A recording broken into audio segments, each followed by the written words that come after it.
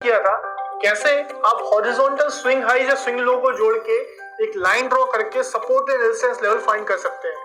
But ये technique तभी useful है जब प्राइस एक साइडवेज डायरेक्शन में हो, मतलब प्राइस कंसोलिडेशन रेंज में हो, एक रेंज में काम कर रहा हो, तब ऊपर के लेवल्स को आप जोड़ के रेजिस्टेंस फाइंड कर सकते हैं, नीचे के लेवल्स को जोड़ के आप सपोर्ट फाइंड कर सकते हैं। पर जब चार्ट पे आप देखते हैं तो आप पाएंगे कि प्राइस कभी भी रेंज में नहीं होता है, वह कभी ना कभी अप ट्रेंड में होता है, कभी डाउन ट्रेंड में होता है।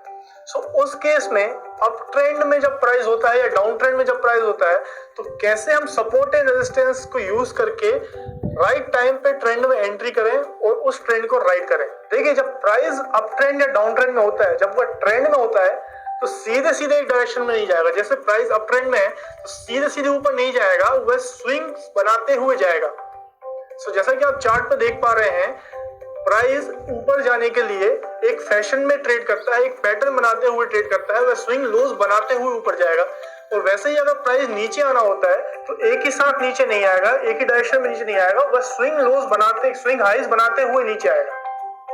सो अगर आप स्विंग लोज को कनेक्ट कर देते हैं, जब प्राइस अप ट्रेंड में होता है तो स्विंग लोज को जब आप कनेक्ट कर देते हैं तो एक लाइन बन जाती है। इस लाइन को हम ट्रेंड लाइन बोलते हैं। सो अगर स्विंग लोज को कनेक्ट करके वह ट्रेंड लाइन बनती है तो उसे हम सपोर्ट बोलते हैं।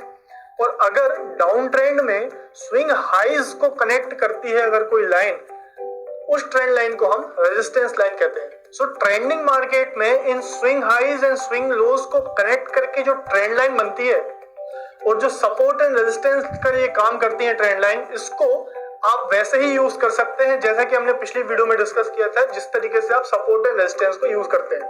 सो आइए एग्जांपल के लिए समझते हैं कि इन ट्रेंड लाइंस को आप अपनी ट्रेडिंग में किस तरीके से यूज कर सकते हैं। सो आइए सबसे पहले ट्रेंड लाइन को बनाना सीखते हैं। तो जैसा कि आप स्क्रीन पे देख पा रहे हैं, इस चार्ट में प्राइस अप ट्रेंड में है और वह स्विंग लोज बनाते हुए ऊपर गया है। तो ये जितने भी स्विंग लोज हैं, इनको अगर आप कनेक्ट कर दें और एक लाइन बना दें तो इसे हम एक ट्रेंड लाइन बोलेंगे। ये ट्रेंड लाइन स्विंग लोज के जरिए बनी है तो ये एक सपोर्ट का काम करेगी। सो आइए सपोर्ट ट्रेंड लाइन के जरिए एक ट्रेड लेने की कोशिश करते हैं। तो जैसा कि आप स्क्रीन पर देख पा रहे हैं, 3 स्विंग लोज बने हुए हैं चार्ट पे। तो इन तीनों स्विंग लोज को हम कनेक्ट कर देते हैं तो एक सपोर्ट लाइन, एक सपोर्ट ट्रेंड लाइन बन जाएगी। सो अब हम एक अनुमान लगा सकते हैं कि प्राइस अगर दोबारा से इस ट्रेंड लाइन पे आता है तो बहुत ज्यादा चांसेस हैं कि ये फिर से रिवर्स बैक करके प्राइस ऊपर चला जाएगा। सो इस कंडीशन में हम एक बाय कॉल ऑप्शन खरीद सकते हैं, एक लॉन्ग पोजीशन बना सकते हैं। सो जैसा कि आप देख पा रहे हैं, चार्ट को अगर हम आगे बढ़ाते हैं और अगर हम इस बायस से जाते हैं कि प्राइस ऊपर जाने वाला है, तो अगर चार्ट पे देखते हैं तो इस पॉइंट पे जैसे ही, इस सपोर्ट लाइन पे जैसे ही प्राइस आता है, हल्का सा स्ट्रगल करना चालू कर देता है, प्राइस नीचे नहीं जा पाता है, तो मतलब हमारा सपोर्ट काम कर रहा है। और आप देखेंगे कि ये सपोर्ट लाइन पे सपोर्ट लेके प्राइस ऊपर चला जाता है। सो इस तरह से आप सपोर्ट ट्रेंड लाइन का यूज करके आप अपनी एंट्री कंडीशंस सुधार सकते हैं। सो ये तो बात थी अप ट्रेंड की। अब देखते हैं कि डाउन ट्रेंड में आप ट्रेंड लाइन को किस तरीके से यूज कर सकते हैं।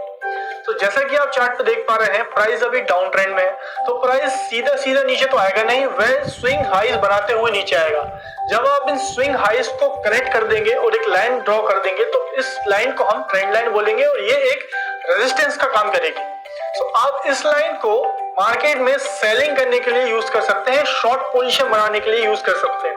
अगर आप ऑप्शंस में ट्रेड करते हैं तो इस लाइन का यूज आप पुट ऑप्शन बाय करने के लिए कर सकते हैं। आप पहले ही प्रेडिक्ट कर सकते हैं कि ये लाइन के पास जैसे ही मार्केट दोबारा आएगा तो वहां पे रेजिस्टेंस फेस कर सकता है, फिर नीचे जाने के चांसेस काफी ज्यादा है, तो उस पॉइंट पे आप एक शॉर्ट एंट्री ले सकते हैं पुट ऑप्शन बाय करके। सो इस तरह आप ट्रेंड लाइंस की मदद से ट्रेंडिंग मार्केट में भी सपोर्ट एंड रेजिस्टेंस लेवल पता कर सकते हैं और उनको अपनी ट्रेडिंग में यूज कर सकते हैं ट्रेंड को राइड करने के लिए।